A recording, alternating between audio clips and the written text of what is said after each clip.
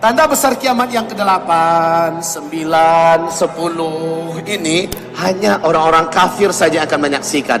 Nabi bersabda, tidaklah yang menyaksikan kiamat melainkan seburuk-buruk manusia, sekafir-kafir manusia, sejelek-jelek nasib manusia di dunia, merekalah yang akan menyaksikan kiamat besar, kehancuran alam semesta. Tanda besar kiamat yang ke-8, seluruh daratan bumi sebelah timur tenggelam. Australia, New Zealand, Indonesia, Singapura, Malaysia, Filipina, Thailand, Jepang, China, India, terus naik sampai ke Rusia, tenggelam masuk ke dalam laut. Ini tanda besar kiamat yang ke-8. Tanda besar kiamat yang ke-9 langsung menyusul dalam waktu yang bersambungan. Tenggelamnya seluruh daratan bumi yang ada di sebelah barat. Brazil, Suriname, Amerika Serikat, Eropa, seluruhnya tenggelam masuk ke dalam laut. Yang tersisa hanyalah satu ketul kepingan bumi di timur tengah yang terbelah dua. Ini Jazirah Arab dan ini Syam. Tanda besar kiamat yang ke-10 kata Rasulullah di Jazirah Arab, kata Rasulullah, tanda besar kiamat yang ke-10, dari dalam perut bumi Yaman akan muncul api raksasa setinggi-tinggi gunung dan bukit. Panas sekali api itu. Rasulullah bersabda, manusia yang hidup di sini akan lari tunggang langgang menuju negeri Syam. Saat mereka berkumpul di negeri Syam, seluruhnya ada kumpul di sini, malaikat Israfil meniup sangkakala kiamat yang pertama. Terjadilah kiamat besar, kehancuran alam semesta. Untuk Bapak ketahui semua, Pak, di Yaman hari ini sudah ada sebuah informasi yang akurat, pasti. Di daratan Yaman sudah ditemukan area yang panas dan kan asap panas. Ketika didekati oleh pakar-pakar dan ahli bumi, ahli tanah mendekat ke sana, ternyata kawasan tersebut sudah ditemukan lubang-lubang dan retakan-retakan tanah. Dari sela-sela lubang itu, Pak, kelihatan ada gelombang tekanan api yang sangat padat di dalam tanah. Dilihat kira-kira sekian puluh meter, sekian puluh meter, sekian ratus meter, sama, Pak. Di dalamnya ada gelombang tekanan api yang sangat padat. Sampai hari ini belum diketahui berapa sumber energi api yang ada di dalam itu. Allah isyaratnya sudah memberikan kepada kita sinyal-sinyal bahwa tanda besar kiamat yang ke-10 mungkin akan terjadi, sebab Allah telah mulai menyalakan di dalam perut bumi Yaman. Bara api ini sudah mulai dinyalakan oleh Allah sebagai isyarat yang tidak bisa dibantah. Subhanallah. Kaum muslimin yang kami muliakan, 5 tahun terakhir ini air laut telah naik secara signifikan, Pak, dari permukaan. Telah terus naik. Bumi kita mengalami penyungsangan sekarang. Kutub utara, kutub selatan. Tahun demi tahun kutub ini mulai bergerak. 2014 kutub ini telah bergerak meninggalkan tempatnya sejauh 670 km. 2015 lebih jauh lagi. Makin lama bumi ini makin terus berputar. Otomatis Arab mulai diajak untuk menggantikan posisi kutub utara. Pantesan Arab 5 tahun terakhir sudah mulai turun salju.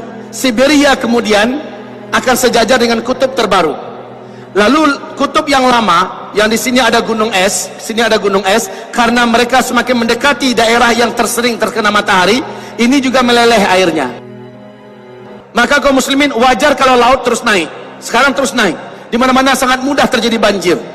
Rasulullah bersabda sallallahu alaihi wasallam, fi hadhil ummah. Lihat yang sudah punya kitab ini halaman 293. Rasul bersabda, fi hadhil ummah khasfun wa maskhun wa qadhfun. Pada umat ini nanti akan terjadi banyak penenggelaman negeri-negeri, kota-kota banyak tenggelam.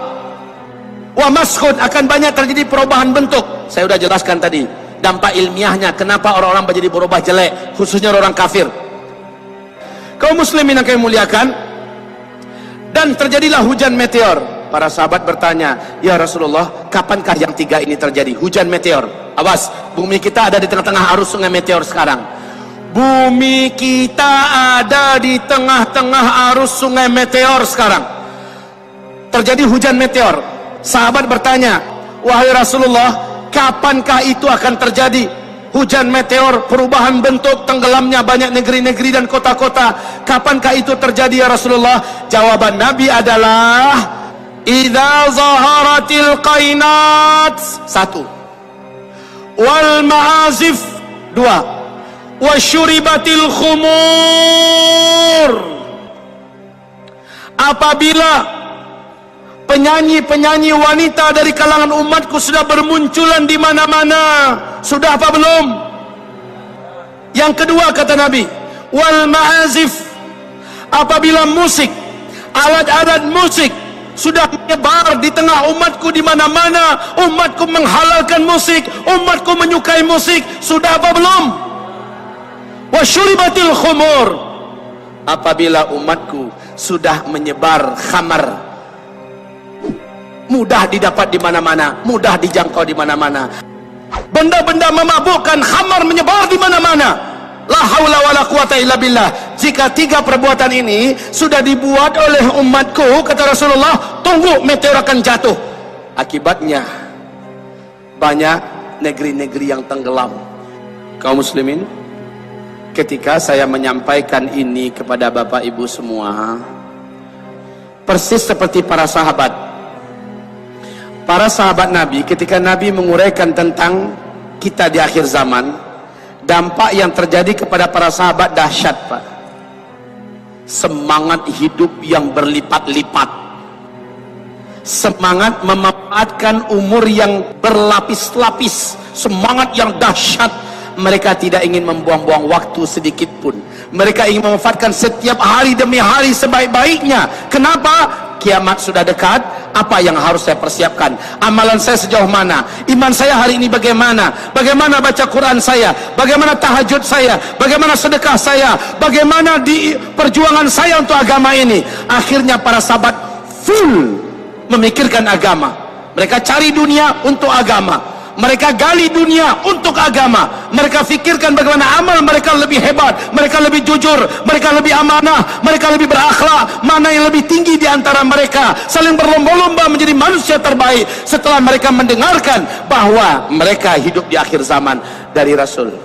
Masalahnya, ketika Nabi menjelaskan ini kepada mereka, kepada sahabat-sahabat, sahabat itu langsung percaya, langsung yakin. Padahal tanda-tanda yang diceritakan Nabi belum nampak seluruhnya pada mereka, adanya malah pada kita. Siapa yang lebih berhak untuk seperti sahabat semangatnya? Mereka atau kita yang seharusnya? Kita, karena kita yang menyaksikan semua. Sungai Efrat mengering saat kita hidup, salju turun di Arab saat kita hidup, bukan saat sahabat. Tapi sahabat, Masya Allah, mereka benar-benar full memperjuangkan agama. Hidup mereka adalah untuk Allah.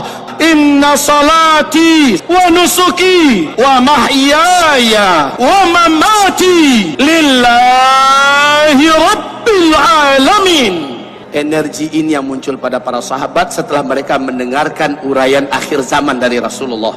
Sekarang energi yang sama yang harusnya Bapak warisi, semangat untuk hidup, bukan mengambil kesimpulan yang salah. Baik kaum muslimin yang kami muliakan, harusnya sekali lagi yang muncul adalah pas kata Nabi, kalaupun besok kiamat terjadi, di tangan kalian hari ini ada satu butir biji kurma yang dapat kalian tanam hari ini. Tanam, kata Rasulullah. Padahal Bapak Ibu tahu, kurma itu kalau ditanam sekarang 3, 4, 5 tahun yang akan datang baru mulai berbuah. Padahal kata Nabi besok udah mau kiamat, masih ada biji kurma yang dapat kamu tanam hari ini. Tanam hari ini. Ini bukan sebuah tamsilan kosong, Pak. Maknanya apa? Sedekat apapun kiamat, apa hal yang bisa kamu buat hari ini dari hal yang bermanfaat, buat. Karena inilah yang paling positif yang bisa dilakukan sekarang.